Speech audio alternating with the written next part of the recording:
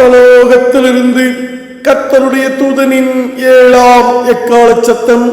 வருத்தப்பட்டு பாரு சுமக்கிறவர்களே, நீங்கள் எல்லோரும் சர்வ வல்லமுள்ள கர்த்தராகிய கிறிஸ்துவினிடத்தில் வாருங்கள், அவர் உங்களுக்கு இளைப்பாறுதலை தருவார்.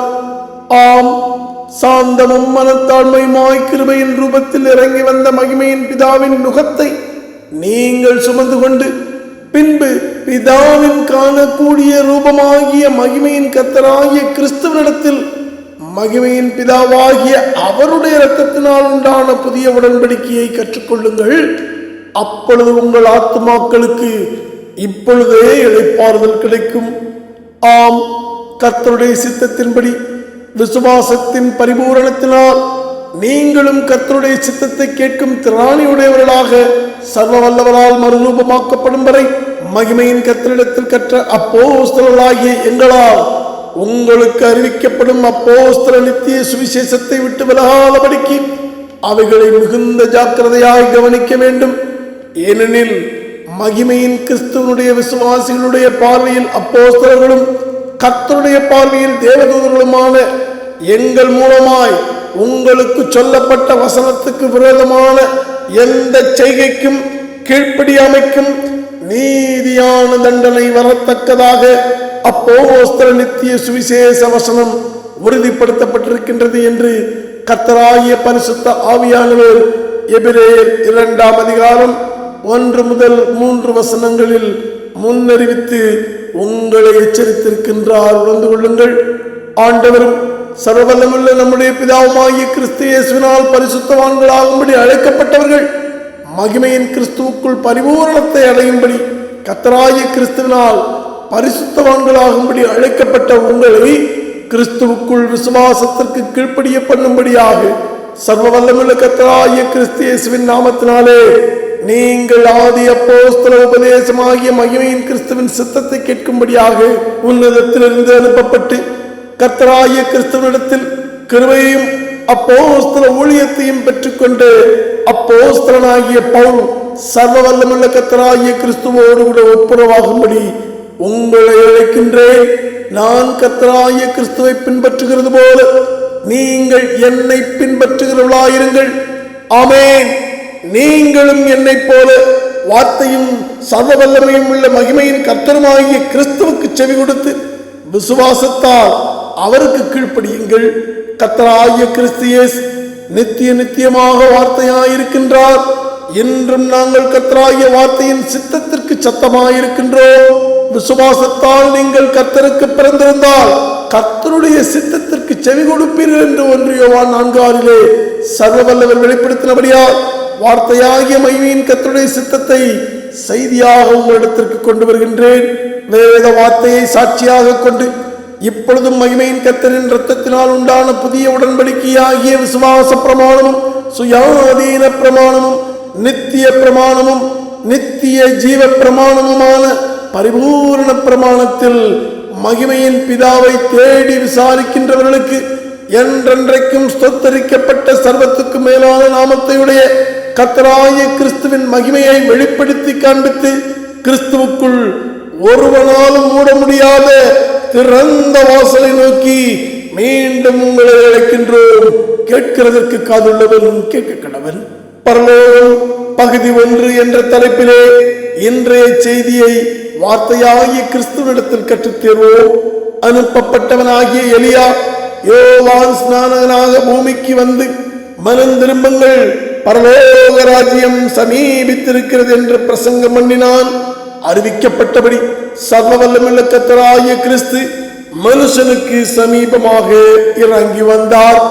அழைக்கப்பட்டவனே, இப்பொழுது பரலோக ராஜ்யமாகிய தேவனுடைய ராஜ்யம் உனக்கு சமீபமாக இருக்கின்றதா? இப்பொழுது பரலோக ராஜ்யமாகிய தேவனுடைய ராஜ்யம் யாருக்குள் அருளப்படுகிறது என்பதை குறித்து சர்வ வல்லமுள்ள கர்த்தரே முன்னறிவிக்கின்றதை கவனியுங்கள். மத்தேயு 5:10 இதை குறித்து உங்களுக்கு தெளிவாக வெளிப்படுத்துகின்றது. விசுவாசத்தினால் உண்டாகும் தேவ நீதி நிமித்தம் துன்பப்படுகின்றவர்கள் பாக்கியவான்கள், பரலோக ராஜ்யம் அவர்களுடையது என்று அவர்களுக்கு சமீபித்திருந்த தேவனுடைய ராஜ்யமாகிய பரலோக ராஜ்யத்தை சுதந்திரித்துக் கொள்ளும் தகுதியை குறித்து மிக தெளிவாக முன்னறிவித்திருக்கின்றார். நியாய பிரமாணக்காரர்களாகிய வேத பாரகர் பரிசேயர் என்பவருடைய கிரியைகளினால் உண்டாகும் சுயநீதியிலும் கர்த்தருடைய இரத்தத்தினால் உண்டான விசுவாச பிரமாணத்தில் உள்ள கட்டளையின்படியான விசுவாசத்தால் உண்டாகும் தேவநீதியாகிய உங்கள் நீதி அதிகமாயிராவிட்டால் பரலோக ராஜ்யத்தில் பிரவேசிக்க மாட்டீர்கள் என்று உங்களுக்கு சொல்லுகிறேன் என்று மத்தேயு 5:20 கர்த்தர் சகலருக்கும் வெளியரங்கமாக வெளிப்படுத்தி அறிவிக்கின்றார். யோவான் ஸ்நானகன் காலம் முதல் இதுவரைக்கும் எபிரேயர் 11:1 விசுவாசத்தினால் உங்களுக்குள் உண்டாகும் தேவநீதியினால் பரிசுத்த ஆவியானவராக கர்த்தராகிய கிறிஸ்து உங்களுக்குள் வாசமாயிருப்பதால் மகிமையின் பிதா வாசமாயிருக்கும் பரலோக ராஜ்யத்தை பலவந்தமாக பற்றி கொண்டீர்களா? இப்படி பலவந்த பண்ணுகிறவர்கள் தேவனுடைய ராஜ்யமாகிய பரலோக ராஜ்யத்தை பலவந்தமாக பிடித்துக் கொள்ளுகிறார்கள். அழைக்கப்பட்ட ஆத்மாவே, உனக்கு சமீபமாய் அனுப்பப்பட்ட பரலோக ராஜ்யமாகிய தேவனுடைய ராஜ்யத்தை உன் விசுவாசத்தால் நீ பலவந்தமாக பிடித்துக் கொண்டாயா? உன்னை நீயே சோதித்துப்பார். முற்காலத்தில் நீங்கள் அந்தகாரமாக இருந்தீர்கள், இப்பொழுதோ கர்த்தருக்குள் வெளிச்சமாயிருக்கிறீர்கள் என்ற இந்த எபேசியர் 5:8 எச்சரிப்பை உணர்ந்து நம்முடைய கர்த்தராகிய கிறிஸ்துவுக்கு ஏற்ற கிரியைகளாகிய அப்போஸ்தல நித்திய சுவிசேஷத்தை மகிமையின் கர்த்தராகிய கிறிஸ்துவுக்கென்று அவருடைய சித்தத்தின்படி மாத்திரம் நிறைவேற்றுவோம். அழைக்கப்பட்டவர்களுக்கும் தெரிந்து கொள்ளப்பட்டவர்களுக்கும் அனுப்பப்பட்டவர்களுக்கும் சேர்த்தே இந்த சுவிசேஷம் இப்பொழுது மத்தேயு 5:17-18 கட்டளையுள்ள கர்த்தராகிய கிறிஸ்துவின் சித்தப்படி அறிவிக்கப்படுகின்றது. கேட்கிறதற்கு காதுள்ளவன் கேட்க கடவன். நீ உயிரோடு பூமியில் வாழும் இந்த கிருபையின் நாட்களில் சர்வ வல்லமுள்ள கர்த்தராகிய கிறிஸ்துவின் அப்பம் பெக்குதலில் பங்கு கொள்ள அதிகாலையில் சர்வ வல்லமுள்ள கர்த்தராகிய கிறிஸ்துவோடு கூட சபை கூடி அவருடைய நேரடியான உபதேசத்துக்கு செவி கொடுத்து அதை உணர்ந்து கொள்வதனால் புசித்து உணர்த்தப்பட்டதை உங்கள் ஆவி ஆத்துமா சரீரத்தில் நிறைவேற்றுவதனால் பானம் பண்ணி உங்கள் விசுவாசத்தால் கர்த்தராகிய கிறிஸ்துவுக்கு கீழ்ப்படியுங்கள். கடைசி வரை அதில் நிலைத்திருங்கள். கர்த்தரை அறிகிற அறிவில் வளருங்கள். அழைக்கப்பட்ட சகலரையும் அப்படியே கர்த்தராகிய கிறிஸ்துவுக்குள் வளரச் செய்யுங்கள். பரிசுத்த தீர்க்கதரிசிகளால் முன் சொல்லப்பட்ட வார்த்தைகளையும் இரட்சகராய் இருக்கிற கர்த்தருடைய அப்போஸ்தலராகிய எங்களுடைய கட்டளைகளையும் நீங்கள் நினைவு கூறும்படி இந்த நிறுவனங்களினால் உங்கள் உண்மையான மனதை நினைப்பூட்டி எழுப்புகின்றேன். ஆமேன். எங்கள் அப்போஸ்தல நித்திய சுவிசேஷமாகிய இந்த 7ஆம் எக்கால சத்தம் உங்கள் இருதயத்தில் துணிப்பதாக.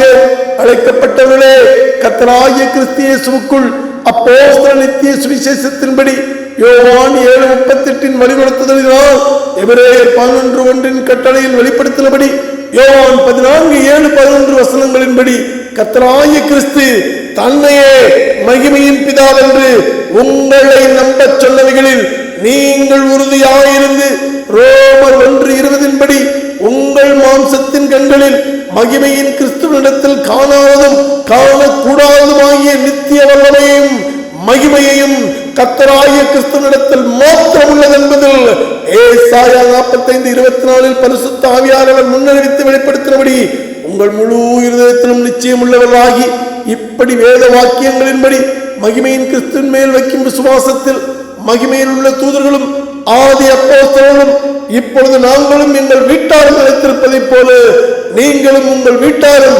எங்களோடு கூட மகிமையின் கர்த்தராகிய கிறிஸ்துவுக்குள் இப்படிப்பட்ட ஒரே சிந்தையாயிருந்து விசுவாசத்தால் கர்த்தராகிய கிறிஸ்துவுக்கு கீழ்ப்படிந்திருக்க அழைக்கப்பட்ட உங்களுக்கு மகிமையின் கர்த்தராகிய கிறிஸ்துவின் நாமத்தினாலே கர்த்தருக்கு முன்பாக அவருக்கென்று ஒளி வீசும் சபையாயிருந்து மீண்டும் கர்த்தரின் முகத்தின் மகிமையின் பேரொளியை உங்கள் மேல் அப்போஸ்தல நித்திய சுவிசேஷ வெளிச்சமாக பிரதிபலிக்கின்றேன்.